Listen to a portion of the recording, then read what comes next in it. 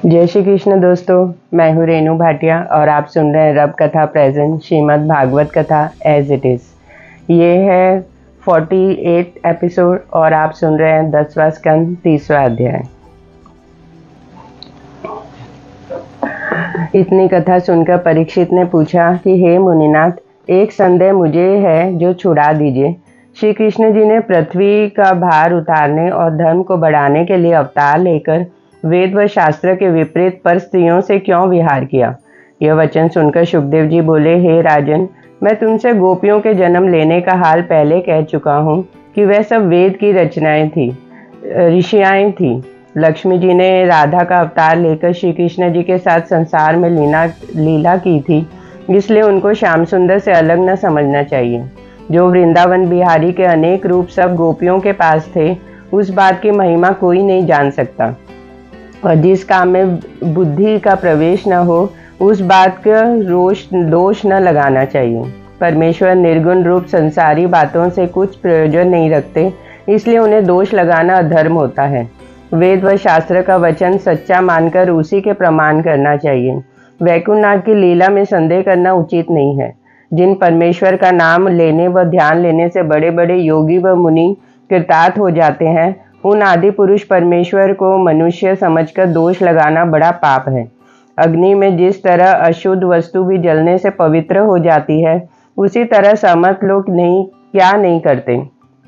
यह सब लीला नारायण जी ने संसारी जीवों को भवसागर पार उतारने के लिए जगत में की थी, जिसके पढ़ने और सुनने से कलयुग वासी लोग मुक्ति पावें। वे परब्रह्म परमेश्वर अपने मुख से कुछ नहीं करते। जो कोई उनका भजन व स्मरण करके जिस वस्तु की चाह रखता है, उसका मनोरथ पूर्ण होता है। यह उसका स्वभाव सदा से चलता आया है। संसारी व्यवहार से रहित होकर सब वस्तु में वर्तमान रहते हैं, पर ज्ञान प्राण हुए बिना किसी को नहीं दिखाई देते। गोपीनाथ का यश गाने वाला मनुष्य परम पद को पहुँचते हैं। श्याम सुंदर की लीला सुनने का फल सब तीर्थों में स्नान करने के बराबर होता है। ब्रज बालाओं के जो पति थे, उनके शरीर में भी श्याम सुंदर का प्रकाश था, इसलिए सब गोपियों के पति श्री कृष्ण जी को समझना चाहिए। यह पंचाध्यायी का कथा वाचने और सुनने वाले जीव सब पापों से छूटकर मुक्ति पद पाते हैं। परमेश्वर की कथा में किसी बात का संदेह न रखकर वेद व पुराण के वचन पर विश्वास करना चाहिए। हे परीक्षित, आज से ऐसा संदेह चित्त में कभी मत करना। अज्ञानी मनुष्य को क्या सामर्थ्य है जो परमेश्वर के कामों में अपनी बुद्धि मिला सके। 34वां अध्याय। शुकदेव जी बोले, हे राजन, जिस तरह श्याम सुंदर ने सुदर्शन विद्या घर को सांप की योनि में से छुड़ाकर शंखचूड़ दैत्य को मारा था, उसकी कथा कहते हैं, सुनो। नंद जी ने एक दिन सब ग्वालों व गोपियों से कहा कि हमने श्री कृष्ण जी के जन्मते समय यह मानी थी कि जब मोहन प्यारे 12 वर्ष के होंगे, तब मैं अपने सब जाति भाई व बाजे गाजे समेत जाकर अंबिका देवी की पूजा करूंगा।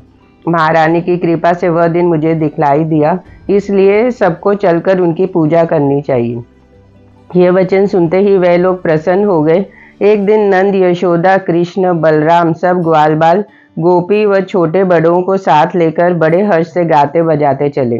दूध, दही, मेवा, मिठाई आदि पूजा की सामग्री गाड़ियों व बैलों पर लदवाए हुए सरस्वती के किनारे पहुंचकर स्नान किया और पुरोहित को बुलाकर विधि पूर्वक देवी जी की पूजा करके हाथ जोड़कर बोले, हे अंबिका माता, तुम्हारी कृपा से मेरी मनोकामना पूरी हुई।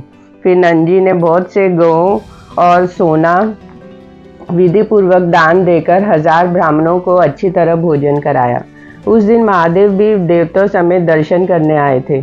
पूजा परिक्रमा और ब्राह्मण भोज कराने से मेरा सारा दिन बीतकर संध्या हुई। नंद जी आदि सब लोग रात को वहीं सोए रहे। हे राजन, उसी निद्रा के समय जब आधी रात को एक अजगर आकर नंदराय की आधी टांग निगल गया और उन्होंने जागकर अपने को काल के मुख में फंसे देखा, तब श्री कृष्ण को अपनी रक्षा के लिए पुकारा। नंदराय का बोल सुनते ही सब ग्वाल बाल व गोपियों ने उठकर उजियाला करके देखा तो मालूम हुआ कि एक अजगर नंद जी के आधी टांग निगले हुए पड़ा है। यह दशा देखते ही सब लोग जलती हुई लकड़ियों से उस सांप को मारने लगे, पर उसने नंद जी को नहीं छोड़ा। तब सबों ने हार कर मानकर श्री कृष्ण जी को जगाया। जब श्याम सुंदर ने बालकों की तरह आंख मलते हुए उठकर जैसे अपने बाएं पांव का अंगूठा छुआया, वैसे ही उस अजगर ने नंजी का पैर छोड़ दिया और जुमाई लेकर मनुष्य रूप बहुत सुंदर भूषण व वस्त्र पहने राजों के समान हो गया और नंदलाल जी को दंडवत करके उसने सामने खड़ा होकर स्तुति करने लगा। यह हाल देखकर नंद और गोपियों ने अचंबा माना। श्याम सुंदर ने उस मनुष्य से पूछा कि तुम कौन हो। उसने हाथ जोड़कर कहा कि हे वैकुंठनाथ, आप अंतर्यामी से कोई बात छिपी नहीं है, परंतु तुम्हारी आज्ञा अनुसार अपना हाल कहता हूँ, सुनिए। मैं सुदर्शन नाम विद्याधर हंसपुर में रहता था। धन, सुंदरता और बुद्धि के अभिमान से अपने सामने किसी को कुछ नहीं समझता था। देवता लोग भी मेरा सम्मान बहुत करते थे। एक दिन विमान पर बैठकर सैर करने निकला। राह में अंगिरा ऋषिवर को कुरूप देखकर मुझे हंसी आई और मैंने कई बार उनका अपमान उड़ाता हुआ उनके ऊपर ले चला। ऋषिवर ने विमान की परछाई ऊपर पड़ने से क्रोधित होकर मुझे शाप दिया कि तू अजगर सांप हो जा। जब यह सांप सुनकर मैंने अपना अपराध क्षमा कराने के लिए अति विनती की, तब उन्होंने कहा कि मेरा वचन फिर तो नहीं सकता, पर कुछ दिनों में श्री कृष्ण जी का चरण छूने से तुझे फिर विद्याधर की तनु मिलेगी। मैं तभी से अजगर होकर तुम्हारे चरणों की इच्छा रखता था। इसी वास्ते आज मैंने नंजी का पांव पकड़ा, जिससे तुम्हारे दर्शन मुझे प्राप्त हो। आपने दया करके मुझे अपना दर्शन देके कृतार्थ किया। जिन चरण कमल के दर्शन ब्रह्मा, महादेव और इंद्रादिक देवताओं को ध्यान में जल्दी नहीं मिलता, उन चरणों को अंगिरा ऋषिवर के प्रताप से छूकर मैं पवित्र हुआ। इसलिए उन ऋषिवर के उपकार से मैं जन्म भर उऋण नहीं हो सकता। उन्होंने बुराई के बदले मेरे साथ भलाई की। अच्छे लोग किसी की बुराई नहीं चाहते। यह स्तुति व दंडवत करने के उपरांत वह विद्याधर विमान पर बैठकर अपने लोक को चला गया। तब ब्रजवासी लोगों ने अचंबा मानकर यह निश्चय किया कि यह परब्रह्म परमेश्वर का अवतार है। प्रातः समय नंद और गोप व गोपियां अंबिका देवी के दर्शन करने अपने घर आए। हे राजन, एक दिन श्याम और बलराम चांदनी रात में ब्रजबालाओं के साथ यमुना के किनारे रास व विलास करके बांसुरी बजाते थे। केशव मूर्ति ने मुरली की ध्वनि से ब्रजबालाओं के मन ऐसा मोह लिया कि गोपियां बांसुरी के शब्द पर मोहित होकर श्याम सुंदर के पीछे पीछे इस तरह गाती फिरती थी जिस तरह परछाई साथ नहीं छोड़ती। उस समय ब्रजबालाओं का चित्त ऐसा अचेत हो गया कि अपने तनु व वस्त्र की कुछ सुधि उन्हें नहीं रही। अचानक उसी समय शंखचूड़ नाम का एक यक्ष, कुबेर देवता का सेवक, अति बलवान, कर्णाव्रत आदि देवताओं के मित्र,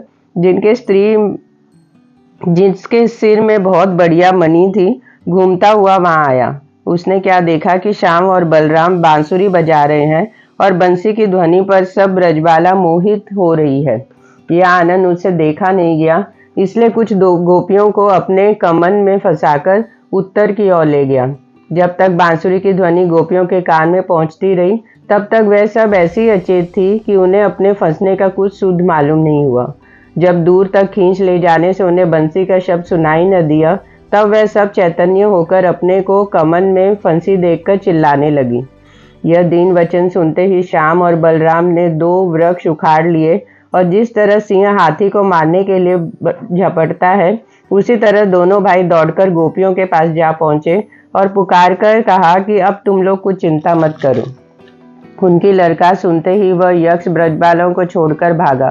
केशव मूर्ति ने गोपियों की रक्षा के लिए बलराम जी को वहां छोड़ दिया और आप बिजली की तरह दौड़कर शंखचूड़ के ऐसा मुक्का मारा कि वह मर गया। मुरली मनोहर ने उसके शरीर की मणि निकालकर बलराम जी को दे दिया और ब्रजबालाओं को साथ लेकर आनंद पूर्वक अपने घर आए। इसी तरह श्री कृष्ण जी नित्य नई नई लीला करके वृंदावन वासियों को सुख देते थे। 35वां अध्याय। सुखदेव जी बोले, हे परीक्षित, एक दिन श्री कृष्ण ने ग्वालों के संग गौ चराते समय वृंदावन में बंसी बजाकर ऐसा राग व रागिनी गाया जिसका शब्द सुनते ही ब्रह्मा, महादेव और देवता अपनी स्त्रियों समेत मोहित हो गए। वह ऐसा राग व रागिनी बांसुरी में गाते थे, वैसा गाना ब्रह्मा, महादेव और नारद आदि किसी से नहीं बन पड़ता था। राधा प्यारी आदि ब्रजबाला अपने परिवार वालों के डर से केशवमूर्ति के पास वन में न जाकर नित्य उनके विरह में व्याकुल रहती थी। घर में एक क्षण उनका चित्त न लगता था, इसलिए अपनी अपनी गोल बांधकर कुछ ब्रजवाला राह में, कुछ झुंड यशोदा के पास, कोई गोल गांव में बैठकर मोहन प्यारे की याद व चर्चा में अपने दिन काटती थी। कोई ब्रजवाला सूर्य के सामने हाथ जोड़कर विनय पूर्वक कहती थी कि महाराज तुम जल्दी अस्त हो जाओ तो संध्या समय मोहन प्यारे घर पर आवे, तब मैं उनका रूप रस पीकर अपने कलेजे की तंपनी बुझाऊं। बाजी गोपी केशवमूर्ति की सुंदरता वर्णन करके उनके ध्यान में अचेत हो जाती थी। कोई ब्रजवाला नंदलाल जी का यश गाकर अपना मन प्रसन्न करती और कोई गोपी केशवमूर्ति के विरह में घबराकर रोने लगती थी। तब ज्ञानवान गोपियों उसे समझाकर कहती थी कि सुनो प्यारी, इस घबराने व रोने से क्या मिलेगा। उत्तम यह है कि हम लोग मनहरन प्यारे के स्मरण व चर्चा में अपने दिन काटें। जब सब ब्रजवाला यह बात मानकर श्री कृष्ण जी के बाल चरित्र का चर्चा में लीन हुई, तब एक गोपी बोली, हे सखियां, बांसुरी का बड़ा भाग्य समझो, श्री श्याम सुंदर के होठों से लगी रहती है।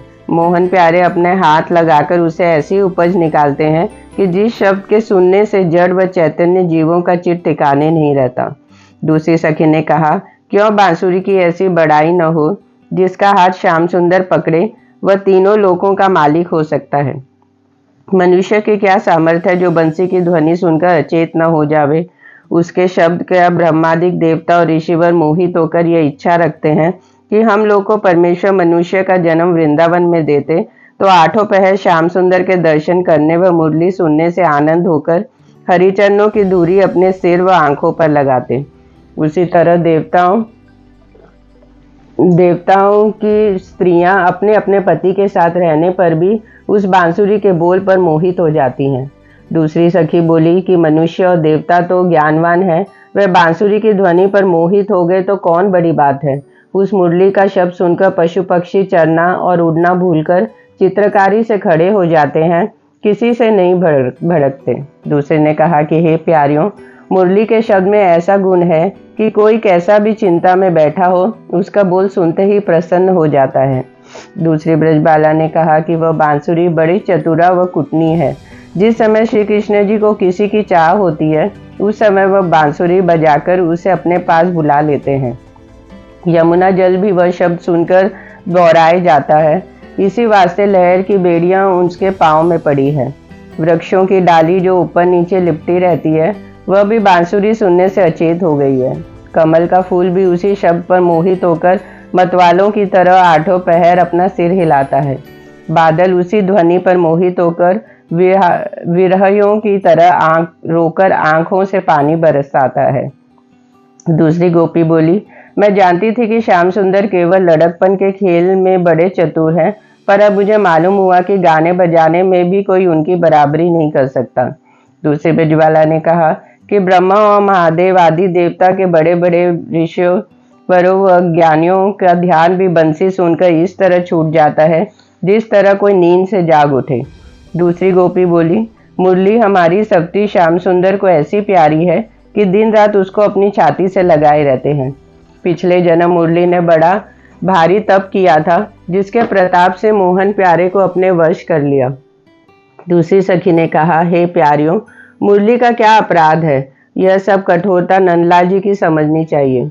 उन्होंने नारी प्रीति छोड़ दी और नीच जाति बंसी को अपनी रानी बनाकर रखा। दूसरी ब्रजबाला बोली कि मुरली बांस के तनु से जन्म पाकर एक पैर से खड़ी रही। बरसात गर्मी सर्दी का दुख अपने ऊपर उठाकर परमेश्वर का तप किया, फिर अपना पोर पोर कटवाकर और अग्नि की गर्मी सहकर अपने अंग अंग में छेद कराया। इतना दुख उठाकर उसने त्रिलोकीनाथ को अपने वंश में किया है। इसी वास्ते तीनों लोक के जीव उसके शब्द पर मोहित हो जाते हैं। हम लोग का क्या सामर्थ्य है जो उसकी बड़ाई व बराबरी कर सके। जब उसके समान कुछ लोग भी तप करो, तब मोहन प्यारे तुम्हारे साथ भी वैसी प्रीति कर सकते हैं। उनको पाना सहज मत समझो। जब हम लोग ने श्याम सुंदर के मिलने के लिए व्रत किया, तब उन्होंने हमारे चीज छिपाकर हमको नंगी देखा था। अब अपने अपने भाग्य का फल है। दूसरी गोपी ने कहा, मुरली से प्रीति रखने से हमारे लिए भी अच्छा है। उनके साथ बैर रखने से कुछ फल नहीं मिलेगा, इसलिए बंसी से डाह नहीं करनी चाहिए। हम लोग केशवमूर्ति के साथ बालपन से प्रीति रखते हैं। उनके चरणों का स्मरण व ध्यान करने से तुम्हारा अर्थ भी सिद्ध होगा। दूसरी ब्रजबाला बोली कि बंसी श्याम सुंदर के ओठों को अमृत पीकर अमर हो गई, इसी वास्ते अपना बोल सुनाकर हम लोगों को ज्ञान सिखलाती है। यह वचन सुनते ही राधा प्यारी श्री कृष्ण के विरह में डूबकर रोने लगी। जब दूसरी गोपी ने उससे कहा, तू उदास मत हो, श्री कृष्ण तेरे ऊपर मोहित होकर तेरा नाम बांसुरी में बजाते हैं। तू रानी है और मुरली तेरी दासी है। हम लोग वृथा बांसुरी की सवती जानकर उससे बैर रखती हैं। मोहन प्यारे ने मुरली को सब गुण निधान समझकर उससे प्रीति लगाई है। दूसरी गोपी ने कहा, हे सखी, मोहन प्यारा चिच्चोर वृंदावन में ग्वालों के कंधे पर हाथ रखे हुए गौ चराता फिरता होगा और बंसी की ध्वनि सुनकर सब गौ इकट्ठी हो गई। दूसरी सखी बोली कि मोहन प्यारे ऐसे सुंदर है जिनके मुख से हंसते समय फूल झड़ते हैं। उनका मोहन रूप देखकर व बंसी सुनकर कामदेव हमारे वंश में नहीं रहता। बांसुरी का शब्द सब जीवों के पैर में ऐसे बेड़ी डाल देता है कि किसी को चलने का सामर्थ्य नहीं रहता। हे परीक्षित, इस तरह सब गोपियां श्याम सुंदर की चर्चा में दिन काटकर संध्या समय राह पर आ बैठती थी। केशवमूर्ति अंतर्यामी उनकी प्रीति जानकर संध्या समय बलराम जी समेत गौवों व ग्वालों को साथ लिए वह मोरपंख की टोपी सिर पर धरे, जड़ाऊ कुंडल कानों में पहने, बांसुरी बजाते हुए इस सुंदरता से घर आते थे कि उनका दर्शन करके सब छोटे व बड़ों का मन प्रसन्न हो जाता था। गोपियां बड़े प्रेम से आगे दौड़कर श्री कृष्ण के मुख की शीतलता से अपने हृदय की अग्नि ठंडी करती थी। श्याम सुंदर के पग में धूरी अपने अपने अंचल से झाड़कर परिक्रमा लेने के उपरांत अपने घर जाती थी। जब श्याम व बलराम अपने घर पहुंचते थे तो यशोदा और रोनी बड़े प्रेम से उपटन लगाकर स्नान करा के 36 प्रकार के व्यंजन खाने के लिए देती थी। वह ग्वाल बालों के साथ प्रसन्न होकर भोजन करते थे। नित्य यही नियम रहता था। एक दिन वृंदावन बिहारी ने ऐसा विचार किया कि हमने रासलीला में अंतर्ध्यान होकर श्यामा आदि गोपियों को अपने विरह में बहुत दुख दिया था। उसके बदले अब मुझे उचित है कि राधा प्यारी को, जो लक्ष्मी जी का अवतार है, मान कराऊं और मैं उसके पांव पकड़कर उसे प्रसन्न करूं। सब ब्रजवालाओं का दुर्वचन सुनकर उन्हें दुख देने के बदले मैं उरीन हो जाऊं। एक दिन राधा प्यारी 16 श्रृंगार किए अपने घर बैठी थी। मोहन प्यारे ने अपनी इच्छा के अनुसार उसके घर जाकर श्यामा को अपने गले लगा लिया और उसकी सुंदरता की बड़ाई लेने लगी। केशवमूर्ति की माया से श्यामा ने अपने मुखारबिंद पर की परछाई मुरली मनोहर के जड़ाऊ गहने में जो गले में पहने थे देखकर क्या समझा कि इस दूसरी सुंदरी ने नंदलाल जी ने प्रीति करके उसको छाती से लगा रखा है, सो मुझको दिखलाने के वास्ते ले आए हैं। ऐसा विचार कर राधा प्यारी को सविता दाव हुई। तब उसने रोनी सूरत बनाकर कहा, हे मोहन प्यारे, मैंने जाना तुम प्रकट में मेरे साथ प्रीति करते हो और अंतकरण में इस महासुंदरी को ऐसा चाहते हो कि आठों पहर अपनी छाती से लगाए रहते हो, एक क्षण अलग नहीं करते। इस सखी का बड़ा भाग्य समझना चाहिए जो रात दिन तुम्हारे हृदय में बसती है। अब तुम उसके साथ प्रीति करो, मैं तुम्हारे योग्य नहीं हूँ। यह वचन सुनते ही ज्योति स्वरूप उसके सामने हाथ जोड़कर बोले, हे प्राण प्यारी, तुम्हारे सिवा और कौन है जिसके हम चाहते हैं। तुम हमारी बात का विश्वास करो, ऐसा मत विचारो। इसी तरह बहुत विनती करके नंदलाल जी ने श्यामा का हाथ पकड़कर उसको अपने पास बिठाना चाहा, पर वह सविता दाह से नहीं बैठकर बोली, हे केशवमूर्ति, अपनी प्यारी से जिसको हृदय से लगाते रखते हो बोलो, अब हम तुमको कुछ प्रयोजन नहीं है। ऐसा कहकर राधा अपनी परछाई को गालियां देने लगी। मोहन प्यारे ने कई बार समझाकर कहा, यह दूसरी स्त्री नहीं है, मेरे जड़ाऊ गहने में तेरी परछाई दिखलाई देती है। पर श्यामा को सविता दार ने उसकी बात का विश्वास नहीं हुआ। उसी समय एक सखी वहां आई और दोनों को उदास देखा। श्री कृष्ण जी ने कहा, ए सखी, मैंने तो राधा का कुछ अपराध नहीं किया। इसने अपनी परछाई मेरे जड़ाऊ गहने में देखकर उसे दूसरी स्त्री समझा, इस कारण मुझे रूठ कर नहीं बोलती। तू किसी तरह इसका संदेह मिटाकर प्रसन्न कर दे। जब यह बात कहकर श्याम सुंदर ने आंखों से आंसू भर लिया तब उस सखी ने मुरली मनोहर से कहा कि तुम वृंदावन में चलो, मैं राधा प्यारी को वहां लाती हूँ। यह सुनकर मोहन प्यारे वृंदावन के कुंज में चले गए। उस सखी ने राधा के पास जाकर कहा कि तुम्हें गोपीनाथ ने बुलाया है। श्यामा बोली, तू नहीं जानती कि नंद कुमार ने दूसरी सुंदरी से प्रीति करके उसको अपने हृदय में बसाया है। अब वह मेरी चाह नहीं रखते, मैं उनके पास जाकर क्या करूं? तब फिर वह सखी बोली, हे राधा, तू जिनकी वस्तु मंगनी ले आई है वह तेरे बदले मोहन प्यारे को वन में घेरे खड़े हैं और तुम यहाँ मचलाकर बैठी हो, ऐसा नहीं चाहिए। श्यामा ने कहा कि किसी की वस्तु मंगनी नहीं ले आई हूँ, जो घेरे हो उसका नाम बतला दो। तब वह सखी बोली कि हरनी की आंख, चीते की कमर, हाथी की चाल, अनार के दान तू मंगनी लाई है। वे लोग नंदलाल जी से तगाड़ा करते हैं। यह बात प्रीति भरी हुई सुनकर राधा ने हंस दी। तब वह सखी बोली कि हे प्यारी, तू बड़ी अज्ञान है, मोहन प्यारे से वृथा क्रोध करती है।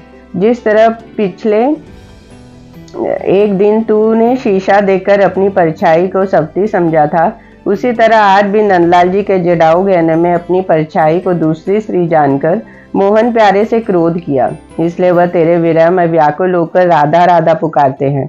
तू जल्दी चलकर उनकी चिंता छुड़ा दे। जब यह वचन सुनकर श्यामा का चित्त ठिकाने हो गया, तब वह पछताकर कहने लगी कि हे सखी, तू मोहन प्यारे से जाकर कह दो कि मैं श्रृंगार करके अभी आती हूँ।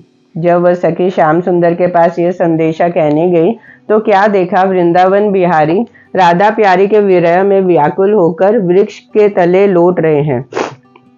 उनकी यह दशा देखकर वह सखी बोली कि हे प्राण प्यारे, तुम क्या इतना सोच करते हो, अभी एक क्षण में श्यामा आती है। यह वचन सुनते ही मुरली मनोहर उठ बैठे, फूलों की शैया बिछाई और चारों ओर चौंक कर ताकने लगे। जब श्यामा के आने में कुछ देर हुई, तब फिर वह सखी राधा के पास आकर बोली, हे श्यामा, मनहरन प्यारे तेरे विरह में रो रहे हैं, तू क्यों नहीं चलती? राधा यह वचन सुनकर बहुत प्रसन्न होकर उस सखी के साथ वन में जा पहुंची। श्याम सुंदर ने प्यारी को देखते ही आनंद होकर उस सखी की बड़ाई की और श्यामा को अपने हृदय में लगाकर कामदेव की अग्नि बुझाई। इतनी कथा सुनाकर सुखदेव जी ने कहा, हे परीक्षित, देखो, जिस त्रिलोकीनाथ का दर्शन ब्रह्मा व महादेव आदि देवता और ऋषिगण जल्दी ध्यान में नहीं पाते, वह परमेश्वर ब्रज की स्त्रियों के लिए ऐसा सोच करते हैं, उसकी लीला कौन जान सकता है। एक दिन श्याम सुंदर ने वृंदावन की गली में ललिता सखी को आती हुई देखकर रोका। तब ललिता बोली कि तुम झूठी प्रीति मेरे साथ रखकर मुझे गरीबनी के घर नहीं आते। यह सुनकर नंदलाल जी ने कहा कि अभी आता हूँ। हे राजन, ललिता ने बड़े हर्ष से अपने घर जाकर 16 श्रृंगार किया और शैया की तैयारी करके श्याम सुंदर के आने की आशा करने लगी। जब आधी रात बीतने पर भी श्री कृष्ण वहां न आकर बोले सखी के घर चले गए, तब ललिता ने उदास हो गई। जब ललिता को इसी सोच विचार में सारी रात जागते बीत गई, तब प्रात समय नंदलाल जी अपना वचन याद करके ललिता के घर पहुंचे। जब यह वचन सुनकर श्याम सुंदर ने मुस्कुरा दिया, तब ललिता उन्हें स्नान कराया। थोड़ी देर केशव मूर्ति वहां रहकर उसकी इच्छा पूर्ण करने के उपरांत अपने घर चले गए। इसी तरह मोहन प्यारे कभी श्यामा, कभी चंद्रावली, कभी सुखमा आदि गोपियों के घर रात भर रहकर उनकी इच्छा पूर्ण करते थे। जब एक ब्रजवाला से वचन हारकर दूसरी सखी के घर ले जाते और वह ब्रजवाला हट मानकर करती, तब बहुत विनती करके उसे मनाते। इसी तरह मोहन प्यारे अपना एक रूप नंद व यशोदा के पास रखते, अनेक रूप धरकर कभी कभी ब्रजवालों की मनोकामना पूरी करते थे। एक दिन श्याम सुंदर किसी सखी के घर रहकर जब प्रात समय राधा के पास गए, तब वह क्रोध करके रूठ बैठी। इसलिए मोहन प्यारे ने बहुत विनती करके सौगंध खाई कि हे प्राण प्यारी, अब मैं दूसरी गोपी के घर कभी नहीं जाऊंगा। तब वह प्रसन्न हुई। पर त्रिलोकीनाथ ने जो सबकी इच्छा पूर्ण करने वाले थे, सौगंध खाने पर भी ब्रिजवाला के घर जाना नहीं छोड़ा। एक दिन श्याम सुंदर कौमुंदा सखी के घर पर रहे और प्रातः काल वहां से आते थे। उसी समय अचानक राधा प्यारी कौमुंदा सखी को यमुना स्नान करने के लिए बुलाने गई। जैसे श्यामा ने केशव मूर्ति को उसके घर से निकलते देखा, वैसे ही क्रोधित होकर बिना नहाए अपने घर चली गई। नंदलाल जी उसे देखते ही भय मानकर मन में कहने लगे कि आज हमारी चोरी राधा ने पकड़ ली। जब मुरली मनोहर राधा प्यारी से भेंट करने किए बिना नहीं रह सके, तब कई सखियों के साथ लेकर उसे मनाने गए। जब श्याम सुंदर के विनती करने और सखियों के समझाने पर भी राधा ने क्रोध क्षमा नहीं किया, तब सखियां बोली कि हे श्यामा, 4 दिन के जीवन पर अभिमान मत कर। वृंदावन बिहारी तेरे क्रोध करने से उदास होकर अपना अपराध क्षमा कराने तुम्हारे पास आए हैं, सो तू हंस बोलकर इनका सोच छुड़ा दे। श्यामा ये सुनकर बोली कि जिसके घर श्याम सुंदर रात भर रहे हैं वहां जाए, मेरे साथ अब इनका क्या काम। अभी 4 दिन हुए इन्होंने मुझसे सौगंध खाई थी कि अब किसी सखी के घर न जाऊंगा, सो आज मैंने अपनी आंख से इनको कौमुंदा गोपी के यहाँ से निकलते देखा। मैं इनके योग्य नहीं हूँ, लंपट मनुष्य से प्रीति करके कौन कर नष्ट होवे। जब सखियां के समझाने से राधा नहीं मानी, तब उन्होंने श्याम सुंदर से कहा कि हम लोग समझाते समझाते हार गई, पर राधा नहीं मानती, तुम उसे समझाकर मना लो। जब ऐसा कहकर सब सखियां अपने अपने घर चली गई, तब नंद कुमार भी वहां से बाहर चले आए, पर उनका मन नहीं माना। तब स्त्री रूप बन गए और श्री कृष्ण जी की ओर से राधा जी के पास जाकर वह संदेश कहा कि मैं इस समय तुझे देखने के लिए वृंदावन के कुंज में गई थी, सो तुझे उस जगह न पाया, पर श्याम सुंदर तेरे विरह में वहां अति विलाप करते हैं। उन्होंने मेरे पांव पकड़कर बहुत विनती से तुझे बुलाया है, सो तू मान छोड़कर मोहन प्यारे के पास चल। यह बात कहकर गोपी रूप मोहन प्यारे श्यामा के चरणों पर गिरकर विनती करने लगे। जब राधा प्यारी उस स्त्री की विनती करने से प्रसन्न होकर चलने के लिए तैयार हुई, तब श्याम सुंदर ने अपना रूप धरकर श्यामा को गले से लगा लिया। दोनों ने बड़े हर्ष से एक थाली में भोजन किया और अपने अपने कामदेव की अग्नि भेंट रूपी जल से बुझाई। इसी तरह मोहन प्यारे राधा आदि गोपियों का मनोरथ पूर्ण किया करते थे। 36वां अध्याय। सुखदेव जी ने कहा, हे परीक्षित, जब वर्षा ऋतु आई, तब राधा प्यारी ने श्याम सुंदर से कहा कि तुम हिंडोला झूलने की लीला करो, तो हम सब सखियां तुम्हारे साथ झूला झूलकर बरसात के गीत गावे। यह वचन सुनते ही श्याम सुंदर ने जड़ाऊ झूला कुंजों में डलवा दिया। राधा प्यारी आदि ब्रजवाला उत्तम भूषण व अनेक रंग के वस्त्र पहनकर श्याम सुंदर के साथ झूलने व गाने लगी। उस समय वृंदावन बिहारी ने मुरली सुनाकर और अनेक राग रागनियों से गाकर उन्हें अति प्रसन्न किया। वह आनंद देखने के लिए ब्रह्मादिक देवता और गंधर्व अपनी अपनी स्त्रियों समेत विमानों पर चढ़कर वृंदावन में आए। बड़े हर्ष से राधा कृष्ण पर फूल बरसाकर ब्रजवालों के भाग्य की बड़ाई करने लगे। इसी तरह बरसात भर राधा और गोपियों के साथ विहार करके उन्हें सुख दिया। जब फागुन का महीना आया, तब श्यामा आदि ब्रजवाला ने मोहन प्यारे से हाथ जोड़कर विनय किया कि महाराज, हम लोगों के साथ होली खेलो। यह वचन सुनकर नंदलाल जी बोले कि तुम लोग अपने अपने घर जाकर तैयारी करो, मैं अपने सखों को साथ लेकर होली खेलने आऊंगा।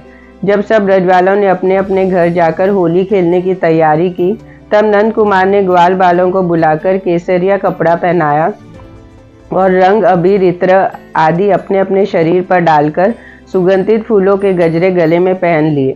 डफ, बांसुरी और खंजरी बजाकर फगुआ गाते और ब्रज वालों की गालियां देते, अबीर उड़ाते, अनेक तरह के स्वांग बनाए लड़कों को नाचते हुए ब्रज में होली खेलने निकले।